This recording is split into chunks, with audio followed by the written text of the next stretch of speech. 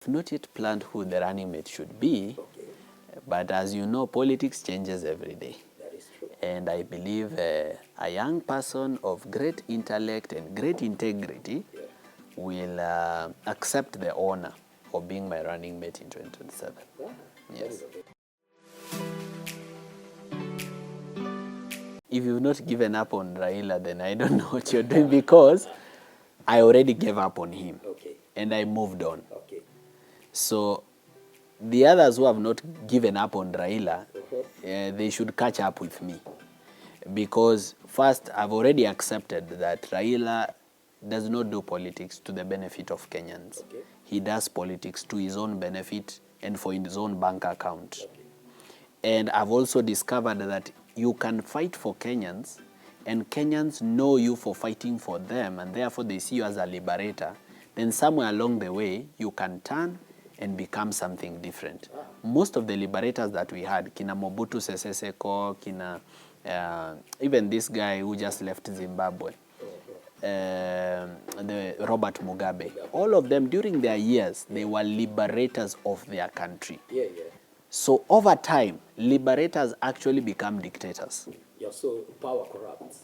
Power corrupts when people overstay in power, and secondly, when they forget why they came to power. Raila enjoys a lot of power with a lot of MPs. If he wanted our country to change, it would change. And more especially even the way the ODM counties are managed. You can see how they are mismanaged and theft of public funds, and some of that money goes to his bank account. So if he's not interested in good governance, we the young people, this country is ours. Sasa tutamuandika red card, send him home, and we the young people, we take it over. We are the Railas of today. Yes. So kama Ameexpire ni sawa. We are here. So Baba is expired. Ameexpire, msee. Hakuna kitu. There's nothing good that can come from him. Ashamaliza nini yake. Alipigania Wakenya hiyo time yake. Amefika point sasa yako driven by his greed and money.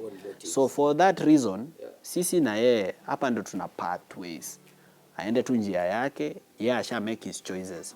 For us as the young people of our country, we need to start asking ourselves, what is our future? What is the future of Raila? What is our future, and how are we going to secure it? Yes. It's true. It's not a claim. It is true. Look at our exports. The statistics on what our exports are as a country. You'll find that gold is the second, if not third, export that we have, over and above coffee, tea, and other things. Now, if you travel around the country, we don't mine that much gold. True. And that gold, the proceeds of the sale of gold that goes through Kenya does not go to the government. It goes to the president. And that's not just a problem that is in Congo DRC. It's a problem that's also in Sudan. And that is his relationship with Janjaweed. It's all about Sudanese gold. So we are becoming bad neighbors. Tunaenda kwa jirani, tunaiba dhahabu yao, tunaleta Kenya, tunasema ni yetu, tunaitengenezea makaratasi. Essentially, our government has become a criminal enterprise ya wash. So it's not a lie, it's true. Whether he will stop, I don't know. Who will stop him is probably me or God.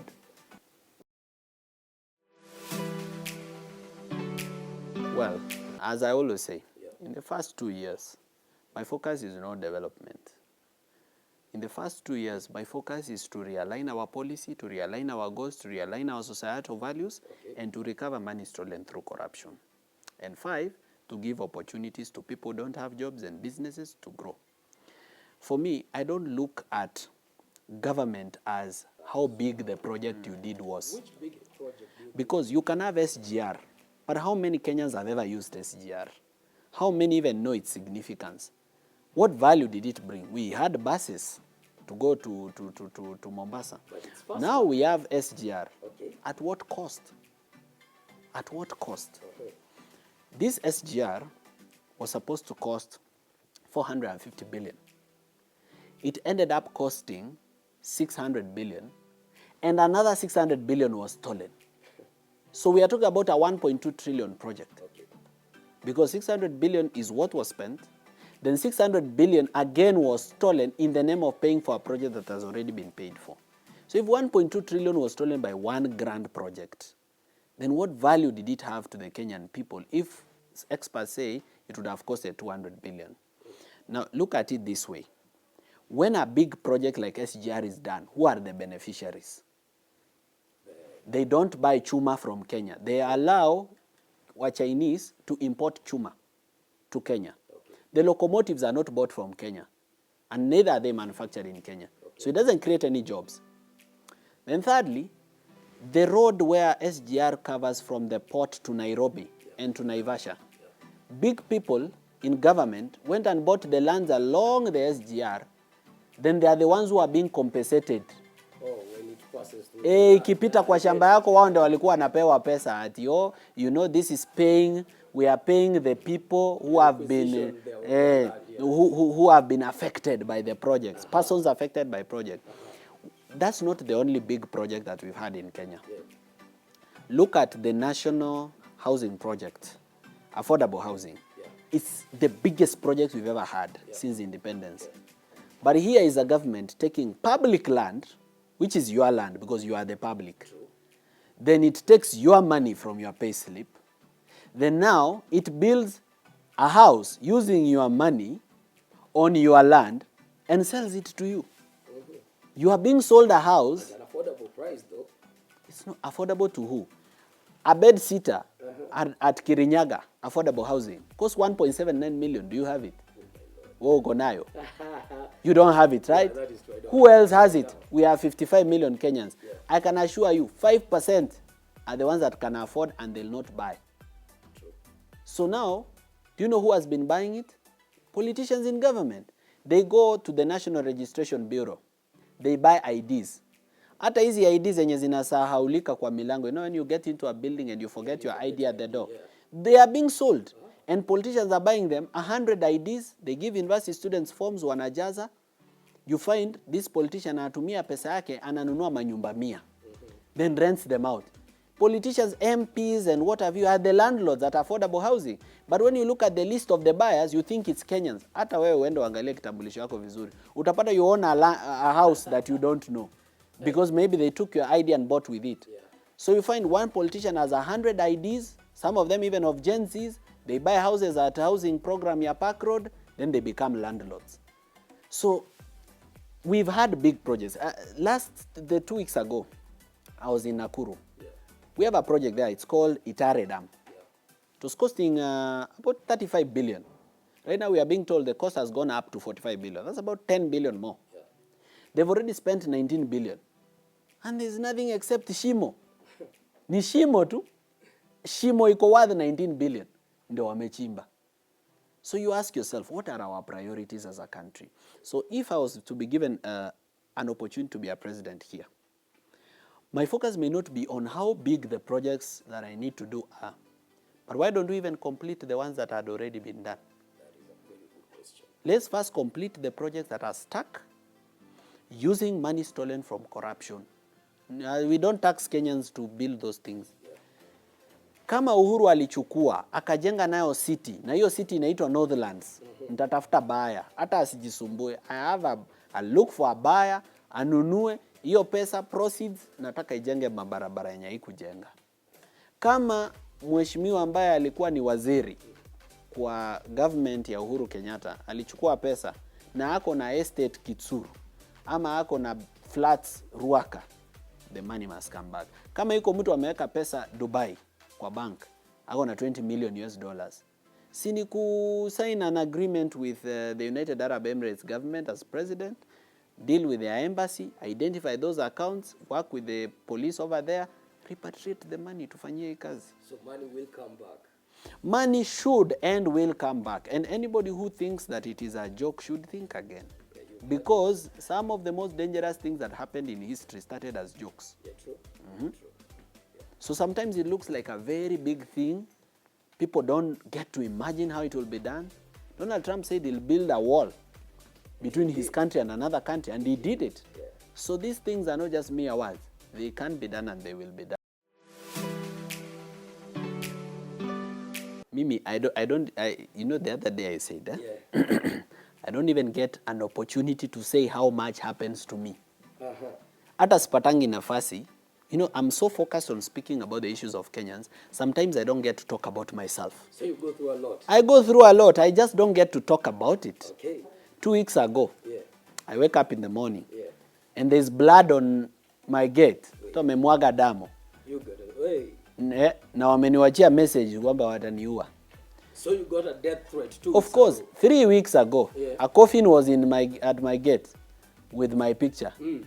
I get threatening messages every day. Yeah. You know, the lucky thing is I usually don't have my line with me. Oh, so they can track you. Hapana, si wanaweza nimali. Sasa juu sina line, it has an extra benefit. The extra benefit is the threatening messages, they never reach me. Oh. It is my PO who reads them. So I never get to know who threatened who. But some of the threats that have been threatened to me, they've actually been executed. Oscar Sudi took me to court. True. And right now they're working very hard to compromise that case. And I'm working very hard. KRA came after me, a young person who's struggling in this country to work. But are you really struggling? You said your net worth is almost 100 million. Are you really struggling? It is beyond 100 million, but we struggle at different levels. Oh. Boss, shida zangu upewe. Aye. You will return them to me. If they just give you my problems. Yeah. You know, sometimes people see the blessing. They never see what it took to get to the blessing. Okay. Or what happens behind the scenes. People are never in the kitchen. Ndio kitunguu iwaingie kwa macho, ndio moshi iwachoke, wao wanapata chakula kwa meza. Okay. So the truth is that I never really get to speak so much about what I go through. The witch hunt, the death threats, the insecurity. I'm pursued, I'm followed by vehicles. I never get to talk about all these things. And that is because probably I don't want to divert your attention. True. You know, right now I'm a young man, but I'm a father to young people. And there are many Gen Zs looking up to me as their father to give them direction. And if I keep complaining, they'll focus on my complaints and forget where they are going. So some of the things that happen to me, I just deal with them and then stay focused on what we are supposed to do. Because I don't want it to be about me and what I'm going through. I'm the one who accepted the burden of leadership. It's not leadership, it's not a gift. It's not enjoyment. It's not a party. It's a burden, a really great burden. Because now everybody is on your neck, everybody, you know, not just the people who hate you, but even the ones who love you. Hata wale wanakupenda. They have so high expectations. Yeah. Very high, from how you dress, how you talk, how you address issues. Sometimes you even make mistakes that you didn't know you will make. True. And so for that reason, let me just say, I have little time to think about the harm that can happen to me or the threats that people can carry out to my life. Because I'm so busy, hata sifikiriangi wanaweza nifanyia nini. But I try to stay careful.